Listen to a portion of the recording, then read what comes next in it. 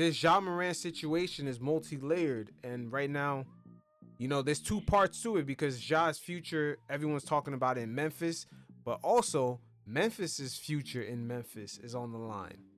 That's another thing to this Yeah. whole scenario right here because I don't know, it's like a lot of internal politics with the coach because the Grizzlies kind of went out of their way to get this coach on the team. They bought him out in Yeah. Paris, and now they brought him to America. They were paying him $1 million as assistant coach, and then they had another $1 million assistant coach on the team. They end up letting that guy go, and He's in then Miami now. yeah, it's a weird thing with Tomas Lasso. Like it's a weird thing going on between the two, and Tomas actually was asked about it after Ja made those original statements. I think a lot of players have been conditioned throughout their career to play in longer stints and to go find that rhythm. And basketball, just like every other global team invasion sport, is evolving, and the demands on the intensity are higher and higher, and we are looking to also adapt to the times. Yeah, a lot of planning, a lot of feel goes into planning the sub patterns. I think what's often forgotten is the what comes out, the actual sub pattern. It's to optimize results in the short, medium, and long term. That is the only goal of the sub pattern, to find a competitive advantage from it.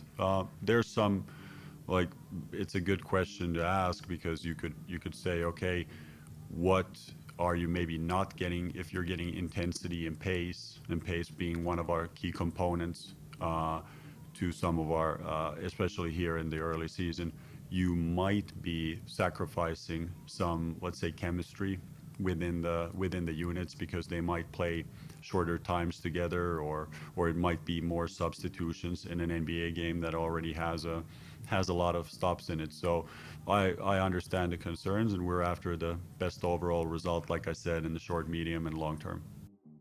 There's a lot of clashes that are happening with this whole situation. You see how he talked about the short stints with the players being substituted out real quick. It's a lack of chemistry with that also with Ja.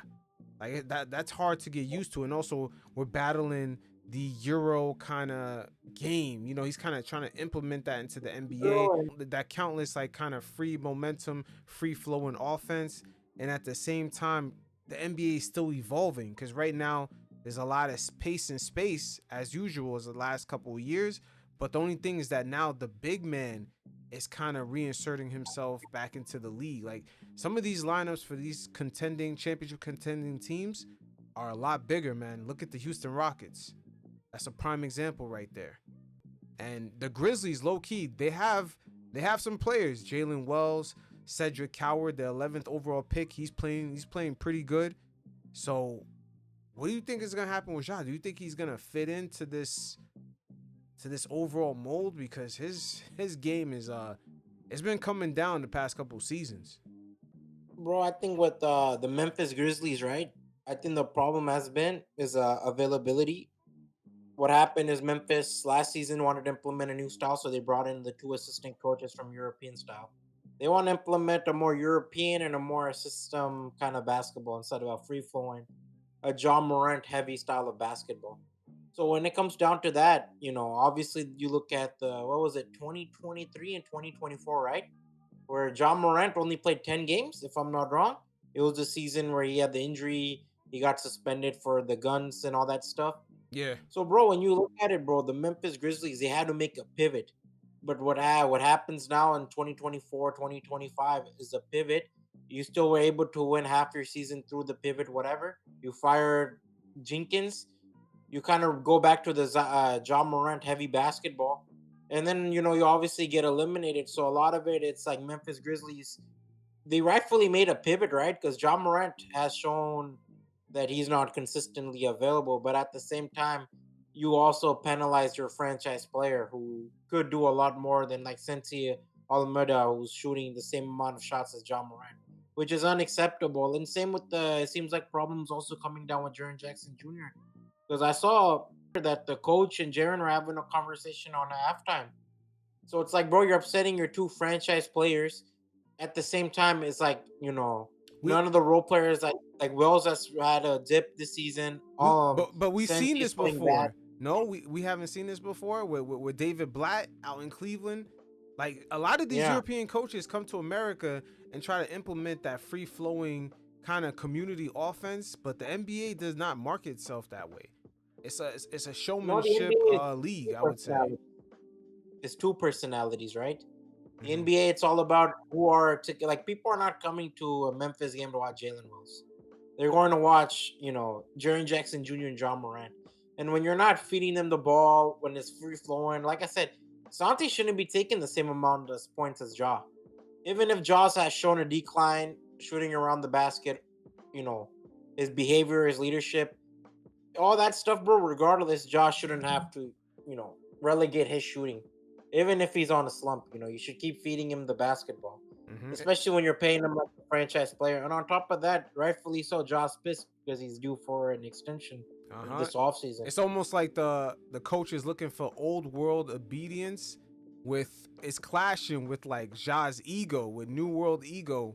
And the whole NBA is really about that, man. It's almost like somebody trying to fit San Antonio Spurs culture into Memphis, and it just doesn't work. It just doesn't work overall. You know what I'm saying? I'm not Yeah. saying I'm not saying his system is bad. I'm saying right now we've seen these type of clashes before, because David Blatt is not a bum ass coach. You know what I'm saying? He was probably one of the most winningest coaches in Europe, and he came to America and he took a team to the finals and they got rid of him because it's just culturally it wasn't a good fit. Bro, also the thing is, Memphis Grizzlies made the mistake of hiring a rookie coach after 5 or 6 years of John Morant, right? Bro, realistically, okay, you fire like Taylor Jenkins. He was kind of the rookie coach up until 2025. You fire him, then you got to bring in a personality who knows how to handle like bigger personalities, who know how to bring a winning culture. But that Already, right, like, but I that felt right like- there is the issue with a lot of European coaches. There's like a relatability issue.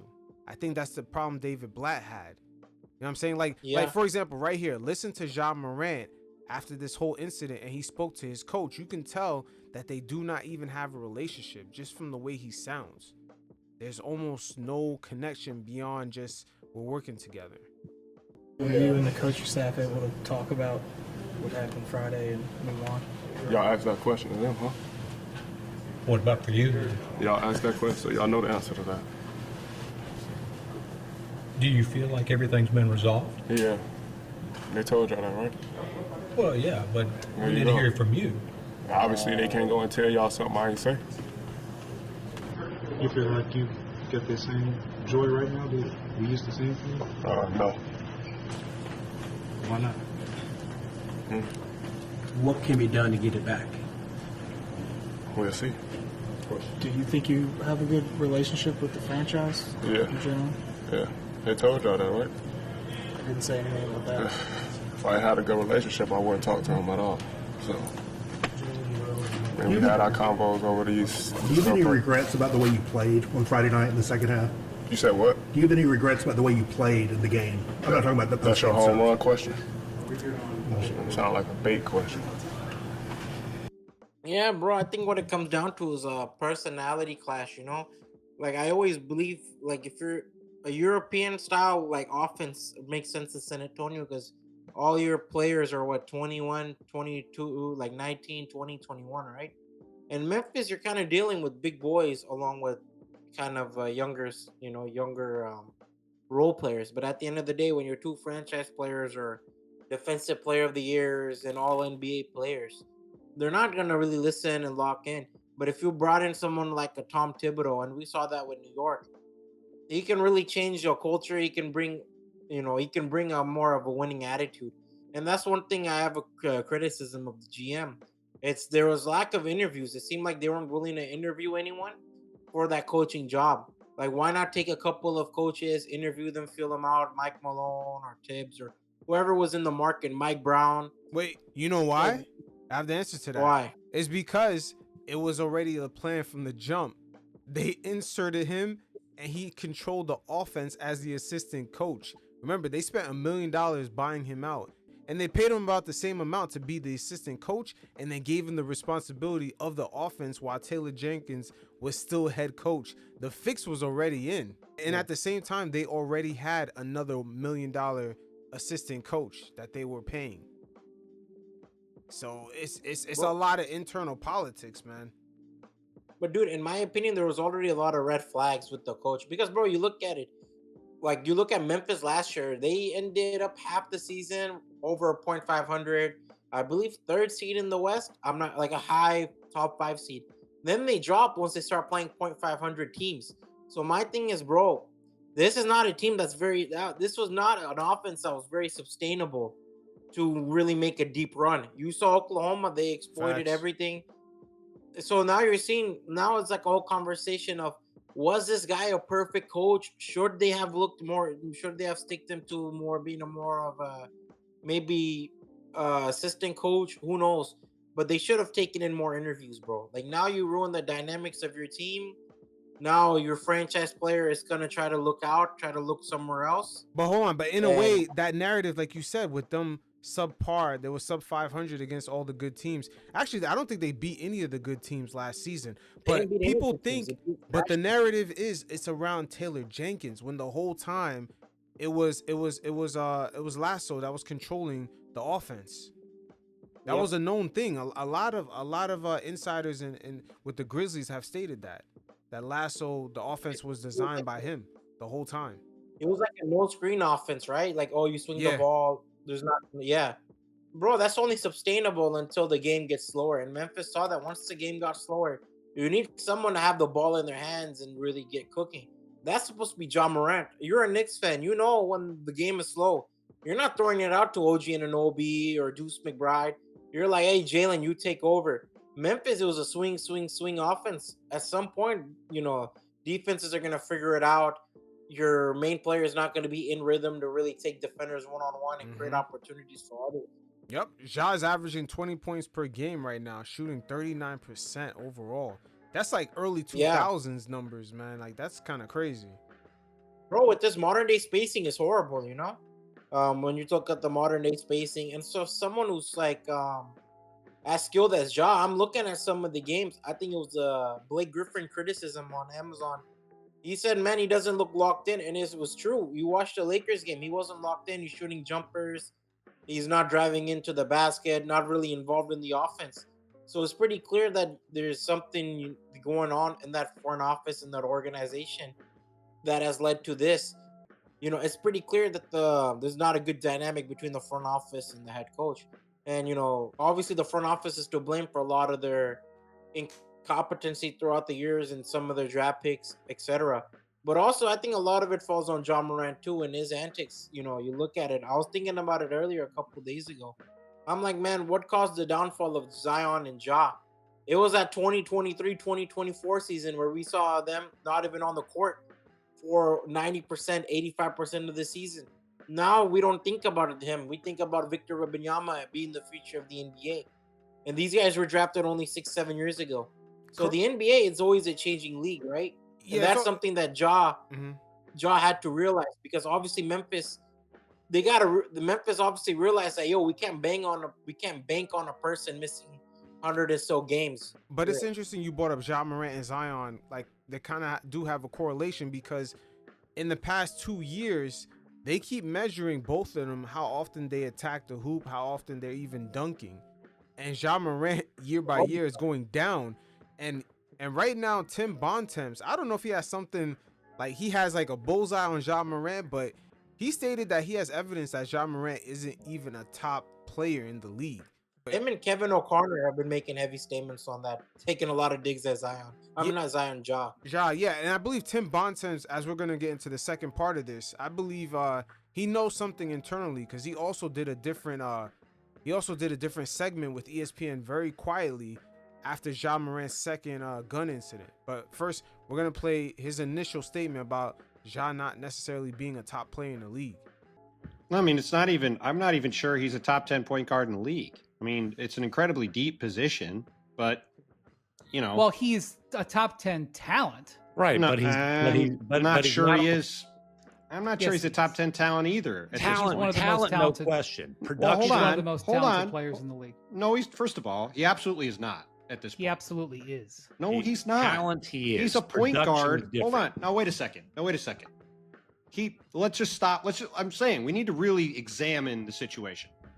Ja Morant is a point guard who doesn't really play defense and can't really shoot. And he's not nearly as athletic as he was a couple years ago. Facts. Tim Bontemps is speaking facts right here. He does not attack the hoop as much as he used to. I did a segment where I actually did a kind of play-by-play versus, the game in which, he kind of had the issue with the coach against the Lakers, and I replayed how he used to look like going up against the Lakers with AD and LeBron on the floor. He used to look like the best player. So I'll link that in the description below, but it's a night and day difference. He does not attack the hoop like that. I don't even think he's capable of even jumping or just even getting up like that. Like every minute he put pressure on the rim, it was non-stop, and he's not attacking the hoop like that. Even in chances where, he could attack the hoop. I seen him have an empty side pick and roll. He could have easily went downhill, and he's not doing that. I don't think he's capable like he's used to doing back in 2022 and also in 2023. I mean, dude, I think the top 10 point guard conversation, I do think like he's at the end of the top 10, but I don't know. The idea that he has he's not talented enough to be top 10, I thought that was kind of out of whack. Like, I'll admit, guys like Cade Cunningham, Jalen Brunson, those guys passed him up for sure. 100%, bro. You can't argue against it. I think Darius Garland passed him up as a top 10 point guard. But I'm like, bro. But I think Bontemps was making reference to top 10 overall. Top 10 overall. Top 10 overall point guard? Yeah, I don't think he's top 10 overall. And I don't even think last season he was top. Better? I don't even think he even cracked top 10. No, last season. I mean, can you name better? I can only name I guess Luka is considered a point guard. Oh, you got. Let me see. Wait, hold on. I have my list. Matter of fact, I have my because I did a segment on the NBA hierarchy. Off the top of my head, obviously Brunson, Luka, Cade Cunningham. I did an NBA hierarchy before the season started, and Ja is definitely not top 10. He's definitely not top 10. Damn, did you have Ja at least flirting with the top 10? No, the thing is, I didn't have it according to rankings. I had it according to. I did it very different. I had it in tiers, but I actually had a pyramid with ladders in between the tiers. So it's not really a top 10 because I stated All-Star break. I will check back with the list, and some guys will move up and down the ladder, so it's not permanent. So I kind of did it very different than like a ESPN or like some of these other platforms would do. It's very different.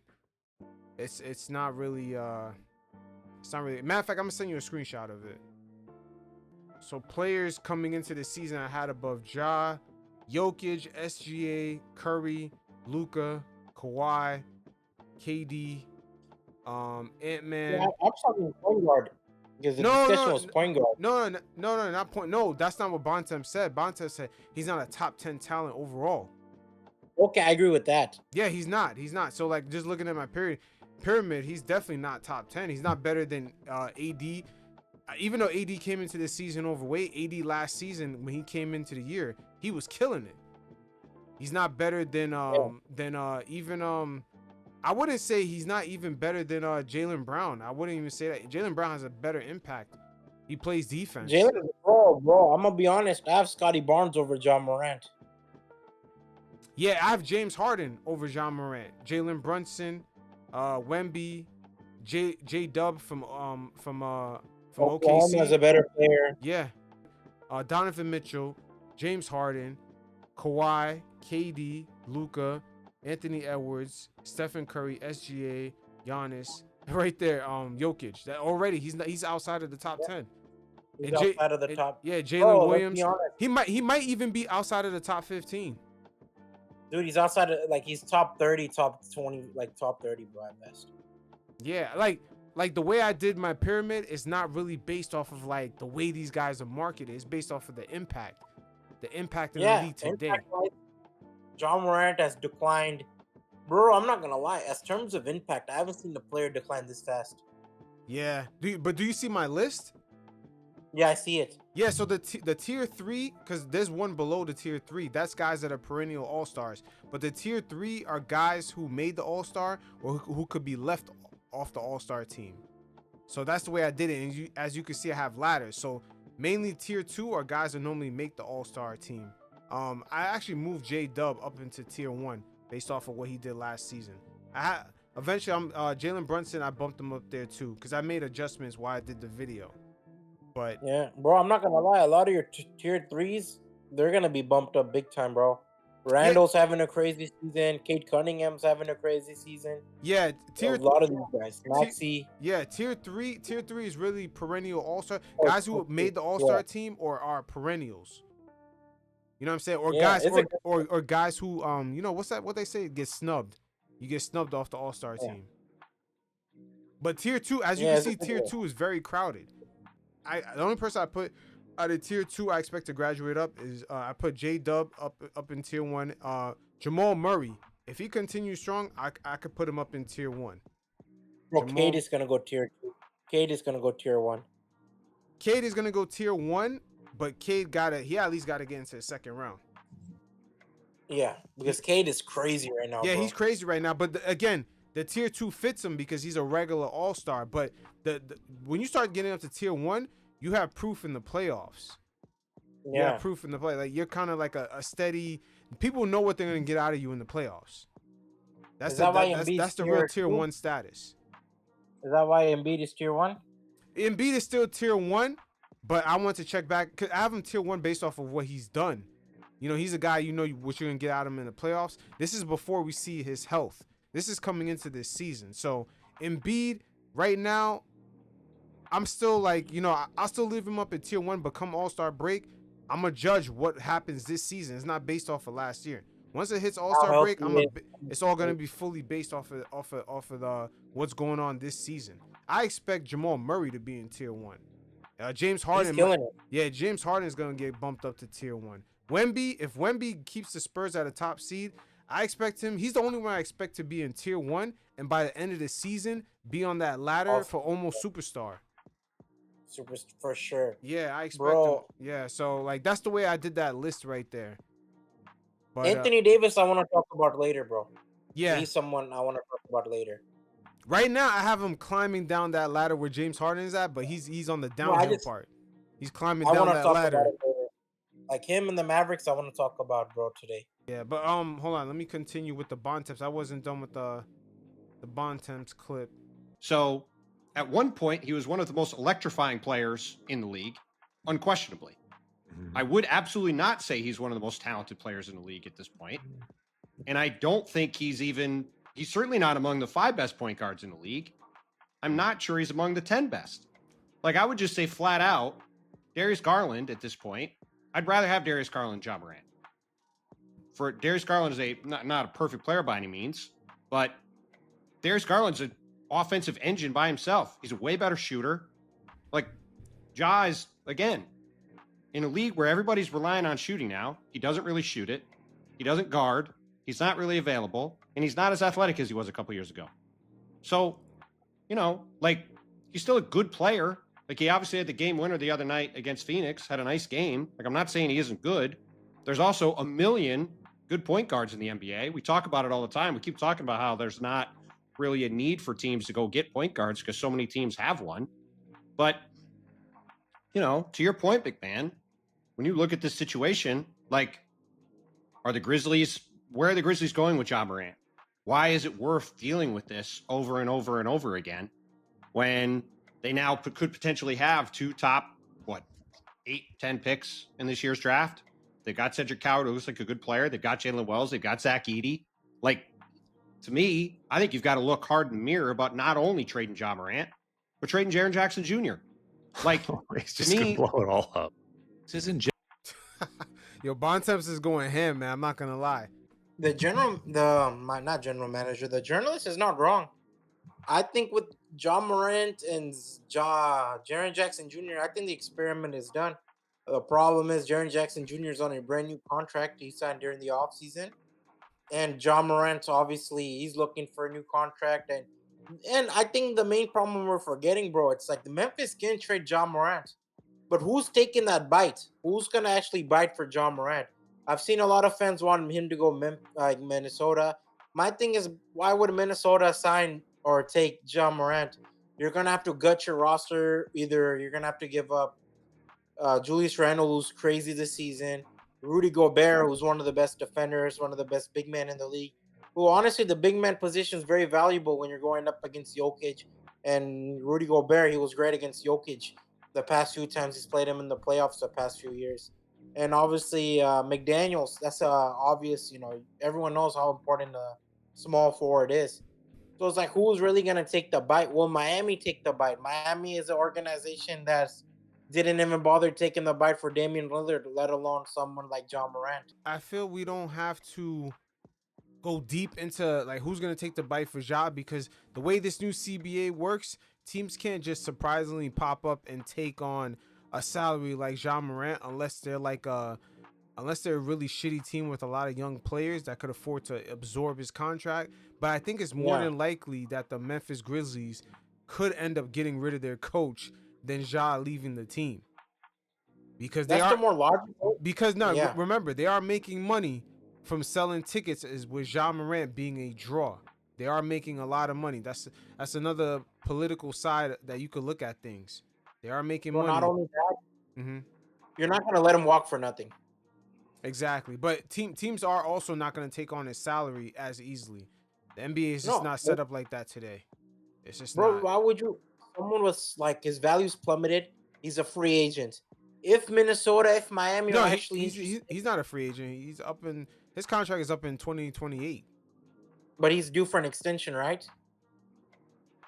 He's probably due for early extension, but teams don't have to really bite into it. He could be almost like a 2-year expiring for some team that just probably wants to get rid of money. Yeah. But regardless, I think a lot of it is just like, I just don't think Memphis are in a position, or John Morant's in a position where they could determine the future of where that team goes, in terms of John Morant's future, in terms of not yet, because he's still a draw. They're making, most importantly, outside of basketball, they're making money. They're making money selling him as a draw. So it's still working, but there is something internally that's happening with Memphis, because Tim Bontemps, this is not the first time he's speaking like this. Just like Zion is still selling tickets in New Orleans. It's still a draw at the end of the day. But Tim Bontemps, once again, he knows something, because right here, I'm going to play a soundbite. This happened after the second gun incident. He did a segment with ESPN. Remember, ESPN gave Ja Morant that softball interview with Jalen Rose after the first gun incident. But the second time around, a little bit different sentiment. And they had the interview go through low key because they only debuted it on ESPN radio, I believe. But check it out. Check out how they're talking about Ja Morant and his father, most importantly. And what role would you say his father has played in this? Because he's been a very visible part of Ja Morant's career from the beginning. Yeah. Team Morant certainly has become a celebrity in his own right. He's a courtside constant. We mentioned the incident with the Pacers in Memphis last year. He's right there arguing with the Pacers alongside Devontae Pack. He got into it with Shannon Sharp at a game in Los Angeles when Shannon Sharp was arguing with some Grizzlies players. He came in, Team Morant, and got involved in that. And again, I think that there have been I know that there have been some concerns within the Grizzlies organization and within the NBA that Team Morant has struggled to find a line between being a supportive father and being part of the entourage, or being a supportive father and being a celebrity. One source put it to me like this. He said, T has been a major driving force in all of this. He never made the NBA, but this was his chance to live like he's an NBA superstar. That's not crazy? Yeah. So that's I believe that's Tim McMenamin, or it might be Bontemps, I believe. Yeah, they're letting it be known. See, they're stating that sources are telling them this internally about Ja Morant, and they're even questioning his father. Like, listen to the way the initial question was framed. Listen to the way the initial question was framed, because either way you answer it, you look guilty. Listen. And what role would you say his father has played in this? Because he's been a very visible part of Ja Morant's career from the beginning. See the way the question was framed? Yeah. So, so no matter what, Ja got to watch his back. But they sent that warning, right, in the fall of 2023. This is after the two gun incidents. So coming into that season, Memphis was already. It seemed like they already kind of had it. I don't want to say they had it up to here, but their patience started to wear thin. Of course, bro, it's a multi-million-dollar investment with Ja Morant. But I also think, like, asking about his father's influence, like, we're not talking about a 25, 26-year-old man. It's kind of it's kind of an interesting kind of dynamic, bro. Like, Ja Morant's old enough to make his stupid decisions. Facts. But you know what? Ironically, at the same time, current contract is going to be up in 2028. So is the Memphis Grizzlies being at FedEx Forum. Because Ja Morant's, future in Memphis is not the only thing in question. Because right now, Adam Silver, he actually spoke to Chris Mannix at Sports Illustrated. And he let them know that relocation for certain teams is not out of the question. Let's just put it like that. You know what I'm saying? It's on the table, but it's they're not gonna look away from it. We're here in Vegas. Seattle want to get teams, but the NBA has put in a lot of energy on teams overseas with the Euro League that they want to form. That's a brand new revenue for the league. And hey, I don't know if the owners want to expand the league and dilute the pool even further, especially with the talent as well as with the TV money. So hey, who knows? Ja Morant's contract is going to be up, ironically, the same year that the stadium, FedEx Forum, their lease is up with the Memphis Grizzlies. The Grizzlies also ranked at the bottom in the league in attendance. Well, I think also, from what I've seen, a lot of ESPN journalists, most notably, obviously, Stephen A. Smith, he's talked about the danger and the crime of Memphis. So it seems like there's also a media angle on attacking the Memphis Grizzlies or the Memphis city. And obviously, the NBA wants to obviously expand its markets. I could either see them move to Nashville, which I don't know how that work. I know Nashville is just a bigger tourist destination than Memphis. It's not my strong forte. Would I like Memphis Grizzlies to stay? Sure. I would like them to stay. Because even though I come out of NYC, I believe the NBA should be in every region, because the Memphis Grizzlies, when they had Ja, they were all in and popping. They had a different feel. They brought a different energy and look. When they would come out the locker room, they would be dancing. They brought a different energy. That's why I feel like the NBA has to be located in certain areas, because them being located in Memphis, they give people in Alabama access to go to NBA games. I also liked when Zach Randolph, the Mark Gasol, Mike Conley era, they were fun. Like, Memphis produced some fun times in basketball. Mm-hmm. Yeah, so every location brings their own flair to the league. And just quickly going to Vegas or just Seattle, I don't know, and leaving Memphis, leaving that whole region just empty.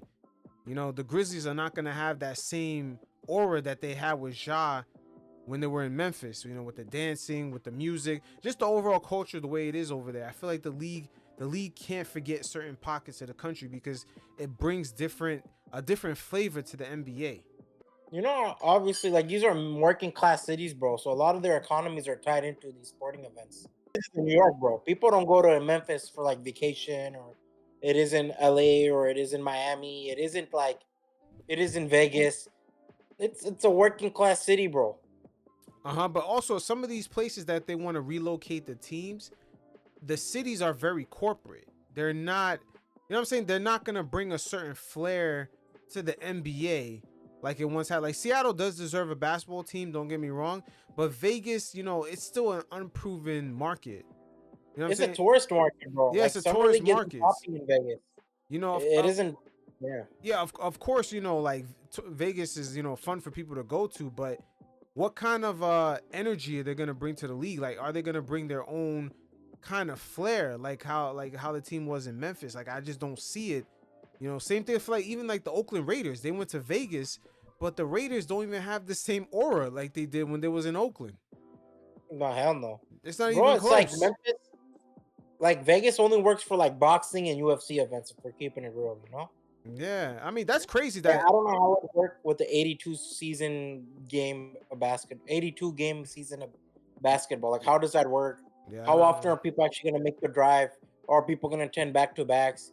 One thing about, I guess you could say, Oklahoma, for example, is, you know, people are, like, even when Oklahoma's crap, people still attend to those games. Yeah, they got a loyal fan base. They got a very, very loyal. They didn't even let people sit courtside in the finals with a Pacers jersey. You know what I'm saying? Like, they have a different look at their stadium feel. No other stadium in the NBA is like that, with the blue shirts, the way the crowd is going crazy. OKC, like no other stadium looks like that when you're watching NBA games. There's not a point where you could hear like a pen drop, bro. It's loud 24 the whole game, the whole 2-3 hour game, you know. And once again, the Raiders left Oakland with all that branding, that rebel branding, and they went to Vegas, and it's not been the same. Bro, I'm gonna be honest. That's kind of crazy. Like, with the Golden State Warriors too, bro. Since they left Oracle, Warriors been like they've been cool, but it's not like that Oracle feeling. I remember when they won in 2015, bro. When they won 2015, bro, it felt like that stadium just went crazy, ape shit. It had a different pop. Today, it's very corporate. You can just see it. Like, it doesn't have. It's not the same energy. It's not the same energy. But imagine if every NBA team was like that, where the energy was just like as corporate as that. It's not gonna pop out of the television screen the same. Bro, you're not making any organic, fandom. One thing I appreciate about Indiana and Oklahoma is you saw the fandom of Indiana and Oklahoma. You could use, Toronto as an example. You could use Cleveland as an example. These aren't teams that free agents go to, obviously, but these are teams that are able to build like a ground up, your working class fan base. And they give it all in these games, bro. I think there's like a beauty to that, bro. That's a perfect example. The Pacers, yeah. Indiana. Yo, as a New Yorker, when the Knicks go to Indiana, that is a tough place to fucking play. That is a tough place to win. Yeah, it's a really tough place to play. Same thing for Utah. Utah Jazz, their stadium is crazy loud. I don't know if they got a new stadium. Now, they didn't get a new stadium yet. I think they renovated it. But that stadium is crazy loud. And, once again, I just think Adam Silver has to be careful with chasing the corporate dollars too much by relocation. The only team I would say that probably needs to relocate because there's just no aura, there's just nothing, no culture, is the Pelicans. Yep, and the Pelicans are a team where I believe their stadium, they're also coming for contract renewal.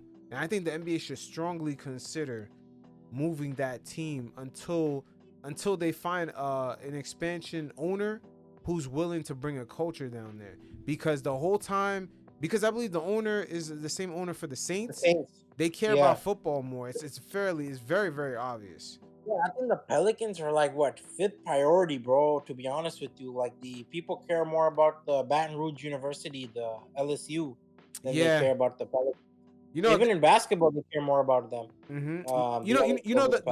The Pelicans sound like a good idea for the NBA to be located there. But I just think culturally, I just don't think it's a good fit. Ownership plays a huge role, man. I don't even think it's that. I just think culturally, it's just the city. Sometimes the city sounds like a good idea, but culturally, they're just not on the team like that.